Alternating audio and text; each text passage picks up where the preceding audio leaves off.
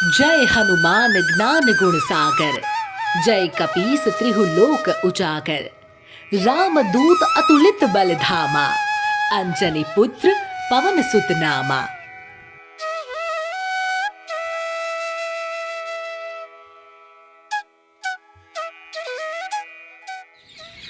Hello નમસ્કાર, મારી YouTube ચેનલમાં આપ સર્વે મિત્રોનું સ્વાગત છે. હું છું ઝિંકલ. મિત્રો, આમ તો તમે હનુમાનજીના અનેક મંદિર જોયા હશે, પણ શું તમે હનુમાનજીનું 350 વર્ષ જૂનું મંદિર જોયું છે? નહીં? તો આજે હું તમને એક એવા જ મંદિરે લઈ જઈ અને હનુમાનજીના દર્શન કરાવવાની છું.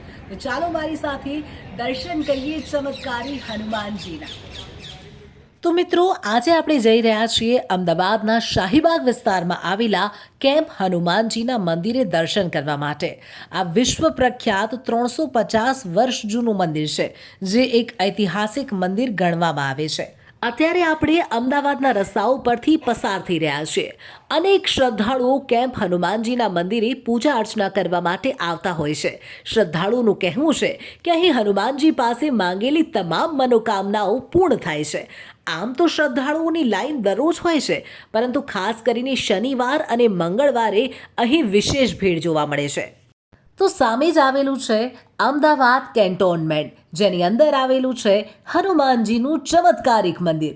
જી હા, આર્મી કેમ્પની અંદર આ મંદિર આવેલું છે. તો સૌથી પહેલાં તો આપણે આપણો બધો જ સામાન અહીંયા બહાર લોકરમાં મૂકવો પડશે, કેમ કે અંદર પર્સ કે કોઈ પણ પ્રકારનો સામાન લઈ જવાની પરવાનગી નથી. તો આપણે આપણો સામાન મૂકી દીધો છે અને આપણને એક ટોકન આપી દીધો છે. આ ટોકન લઈ અને હવે હું અંદર મંદિરની તરફ જઈ રહી છું. બીજી એક મહત્વની બાબત આપણે જણાવી દઉં મિત્રો, કે અંદર વિડીયોગ્રાફી કરવા પર પ્રતિબંધ છે. તો વળી અહીં વિદેશીઓના પ્રવેશ પર પણ પ્રતિબંધ છે. અહીંયા કોઈ પણ ફોરેનર અંદર પ્રવેશ કરી શકશે નહીં. વિડીયોગ્રાફી તો સાફ મનાઈ હતી, પરંતુ મેં કેવી રીતે છુપાઈને આ વિડીયોગ્રાફી કરી છે, આ સંપૂર્ણ વ્લોગ બનાવ્યો છે. એટલે પ્લીઝ મિત્રો, જો હજુ પણ તમે મારી ચેનલને સબસ્ક્રાઈબ ન કરી હોય તો ઝડપથી મારી ચેનલને સબસ્ક્રાઈબ કરી લો, જેનાથી મને આવા વધુ વિડીયો બનાવવા માટેની પ્રેરણા મળી શકે. તો અહીંયા બહાર જ બોર્ડ લગાવેલું છે, જેના ઉપર મંદિરમાં દર્શનનો સમય લખેલો છે. મંગળવારે અને શનિવારે દર્શનનો સમય સવારે 6 વાગ્યાથી રાત્રે 11 વાગ્યા સુધીનો, જ્યારે અન્ય દિવસોમાં દર્શનનો સમય સવારે 6 થી રાત્રે 9 વાગ્યા સુધીનો રહેશે. તો હવે આપણે અંદર આવી ગયા છીએ. લગભગ અહીંયા 1 થી 1.5 કિલોમીટર જેટલું ચાલીને જવાનું છે, પરંતુ જો તમે ચાલવા માટે સક્ષમ નથી તો અહીંયા તમને લઈ જવા માટે અને પરત મૂકી જવા માટે આવી ગાડીઓની વ્યવસ્થા પણ કરેલ છે, જે વિનામૂલ્યે છે. સૈન્ય છાવણી હોવાના કારણે આ સમગ્ર વિસ્તાર ખૂબ જ શાંત છે અને અમે ચાલતા ચાલતા જઈ રહ્યા છીએ. હવે આ મંદિરની થોડીક આપણે વાત કરી લઈએ. તો માનવામાં આવે છે કે ભગવાન રામની મુદ્રિકા લઈને હનુમાનજી જ્યારે સીતા માતાને શોધવા જઈ રહ્યા હતા તે સમયે તેમણે અહીંયા આરામ કર્યો હતો. અને હાલમાં જે મૂર્તિ આ મંદિરમાં છે તે રામાયણ કાળની હોવાનું મનાય છે. આ મૂર્તિ પર સતત સિંદૂર ચડતા એકવાર મૂર્તિ પરનું ક્લેવર એટલે કે કાયા તૂટીને ધડામ દઈને નીચે પડી અને ત્યારબાદ હનુમાનજીના અલૌકિક દર્શન થયા. જે મૂર્તિ બહાર આવી તેમાં હાથમાં સોનાની મુદ્રિકા સ્પષ્ટ નજરે પડે છે, જે આ પ્રાચીન દંતકથાને સમર્થન આપે છે. આપણે ચાલતા ચાલતા આગળ આવ્યા તો અહીંયા જોયો અશોક સ્તંભ. આપણું રાષ્ટ્રીય પ્રતીક ગણાતો અશોક સ્તંભ પણ અહીંયા તમને જોવા મળશે, જે તમે ચલણી નોટો, સિક્કા, રાષ્ટ્રીય દસ્તાવેજો કે પછી રાષ્ટ્રીય સાહિત્યમાં ક્યાંક ને ક્યાંક તો આ અશોક સ્તંભનું ચિત્ર તમે જોયું જ હશે. તો બસ આ અશોક સ્તંભની સામે જ આવેલું છે હનુમાનજીનું અલૌકિક ચમત્કારિક મંદિર. તો ચાલો મંદિરની અંદર જઈએ અને આપને પણ દર્શન કરાવીએ ઐતિહાસિક મંદિરના. આ મંદિરને ઐતિહાસિક અને ચમત્કારી એટલે કહેવામાં આવે છે કારણ કે સ્વયં હનુમાનજીએ અહીંયા ચમત્કાર દેખાડેલો છે. વર્ષો પહેલાં અંગ્રેજોના રાજમાં કેમ્પ હનુમાનજી મંદિર એ જલાલપુરા ગામના હનુમાન મંદિર તરીકે ઓળખાતું હતું. અમદાવાદ શહેરમાં ગાયકવાડની હવેલી એ આર્મી કેન્ટ હતી. ત્યાંથી અંગ્રેજોએ આ હનુમાન મંદિર પાસે આર્મી થાણું સ્થાપ્યું. મંદિરની પાસે અંગ્રેજોની એક હોસ્પિટલ પણ હતી. તેથી એક અંગ્રેજ અમલદારે મંદિરના પૂજારીઓને આ હનુમાનજીના મંદિરને અહીંયાથી ખસેડવાની વાત કરી, પરંતુ ભક્તો અને પૂજારીઓએ અંગ્રેજની આ વાતનો સાફ ઇનકાર કરી દીધો. અંગ્રેજોએ મંદિર પાસેની 4 ધર્મશાળાઓ પણ તોડી નખાવી, તો તેની સાથે આવેલા નાના મંદિરો પણ તોડી પાડ્યા અને કેમ્પના હનુમાનજી મંદિરને પણ તોડવા માટેનો હુકમ કર્યો. પરંતુ હનુમાનજીએ ત્યારે તેમનો ચમત્કાર બતાવ્યો. લાખો કાળા અને પીળા ભમરાઓએ આવીને મંદિર ફરતે દિવાલ પર રક્ષણ માટે ગોઠવાઈ ગયા. અંગ્રેજ અમલદારે 1 અઠવાડિયા સુધી ભમરાઓને દૂર કરવા માટે સતત મજૂરો મોકલ્યા. ભમરાઓ પણ ફક્ત મજૂરો પર જ હુમલો કરતા હતા. આ જોઈને અંગ્રેજ અમલદારે પણ ના છૂટકે આ ઘટનાને શ્રી હનુમાનજી દાદાનો ચમત્કાર સમજ્યો અને પોતાનો નિર્ણય આખરે બદલવો પડ્યો.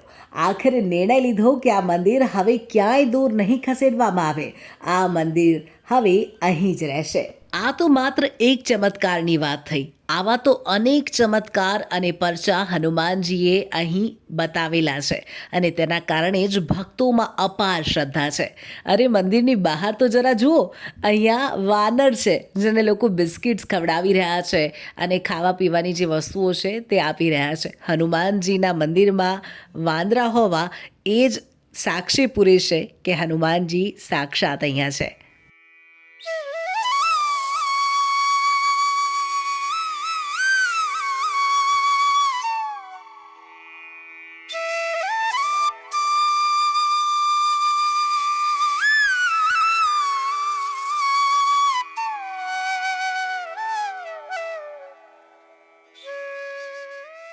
હનુમાન જયંતિ નિમિત્તે ખૂબ મોટી સંખ્યામાં ભક્તજનો મંદિરમાં પૂજા અર્ચના કરવા આવે છે. આ અદ્ભુત દ્રશ્ય જોવાથી ખૂબ આનંદ મળે છે. મંદિરના આંગણામાં કોઈ હનુમાન ચાલીસા વાંચતા હોય તો કોઈ રામ રક્ષા સ્ત્રોત વાંચતા હોય છે, કોઈ હનુમાન કવચનો પાઠ કરતા હોય તો વળી કોઈ બજરંગ બાણનો પાઠ કરતા હોય છે. આ પ્રકારે બધા જ શ્રદ્ધાળુઓ તેમની ક્ષમતા અનુસાર અહીં હનુમાનજીની આરાધના કરતા જોવા મળે છે. તો તમે પણ યુટ્યુબના માધ્યમથી દર્શન કરો આ અલૌકિક ચમત્કારી હનુમાનજીના. આશા રાખીએ કે આપ તમામ દર્શક મિત્રોના તમામ દુઃખ દર્દ દૂર થાય અને હનુમાનજી આપ તમામના જીવનમાં સુખાકારી ભરી દે. તો અહીંયા તમને રામ સેતુ પણ જોવા મળશે. ભારતથી શ્રીલંકા સુધીનો બનેલો આ રામ સેતુ તમને અહીંયા નજરે પડશે. કહેવાય છે કે દુનિયા બનાવનારા ભલે ભગવાન હોય, પરંતુ સંકટ હરનારા ફક્ત હનુમાન જ છે. તો વળી હનુમાનજી જ ફક્ત એક એવા ભગવાન છે જે પૃથ્વી પર હજુ પણ બિરાજમાન છે. જ્યારે પણ ભક્ત હનુમાનજીની પૂજા અર્ચના કરે છે, તેમની પાસેથી કંઈક માંગે છે, તો હનુમાનજી અચૂક તેમની ઈચ્છા પૂર્ણ કરે છે.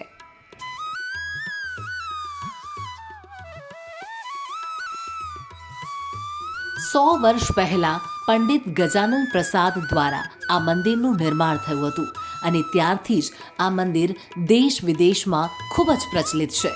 દેશના માજી પ્રધાનમંત્રી અટલ બિહારી વાજપેયી અને સ્વર્ગીય ઇન્દિરા ગાંધી પણ આ મંદિરમાં દર્શન કરવા આવેલા છે. 2 ઘડી મંદિરના પટાંગણમાં બેસવાથી મનને અલગ જ પ્રકારની શાંતિનો અનુભવ થાય છે. એટલે જ અમે 2 ઘડી બાકડા પર બેસવાનું નક્કી કર્યું અને દૂરથી જ હનુમાનજીને નિહાળી રહ્યા છીએ. જેને પણ પગની તકલીફ હોય, ચાલવા માટે અસક્ષમ હોય, તેમના માટે અહીંયા મંદિરમાં આવી ઇલેક્ટ્રિક ગાડીઓની સગવડ પણ છે કે જે મંદિરથી બહાર સુધી ભક્તો તેમજ દર્શનાર્થીઓને લઈ જાય છે અને મૂકી જાય છે. હનુમાનજીના દરેક ભક્ત અહીં દર્શન કરવા અચૂક આવે છે. મંગળવારે અને શનિવારે તો અહીંયા રીતસરની લાઈન જોવા મળે છે. કોઈક હનુમાનજી પાસેથી બુદ્ધિ માંગે છે, કારણ કે હનુમાનજી ખૂબ જ જ્ઞાની અને બુદ્ધિશાળી છે. તો કોઈક હનુમાનજી પાસે તાકાત માંગે છે, કેમ કે હનુમાનજી ખૂબ જ તાકાતવાળા પણ છે. એટલે તો કહેવાય છે, બુદ્ધિહીન તનુ જાનિકે સુમિરો પવન કુમાર, બલ બુદ્ધિ વિદ્યા દેહ મોહી, હરહુ કલેશ વિકાર. તો અમે તો હવે દર્શન કર્યા બાદ બહારની તરફ જઈ રહ્યા છીએ. ચાલતા ચાલતા ઓલમોસ્ટ 1 થી 2 કિલોમીટર જેટલું ચાલવાનું છે અને અમે બહારની તરફ જઈ રહ્યા છીએ. મારો આ આખો વ્લોગ જો તમને સહેજ પણ ગમ્યો હોય તો મારી ચેનલને લાઈક કરજો, શેર કરજો અને સબસ્ક્રાઈબ કરજો. બીજું તમે આ સિવાય અન્ય કયા મંદિરોના આવા વ્લોગ જોવા માંગો છો એ મને કમેન્ટમાં જણાવજો.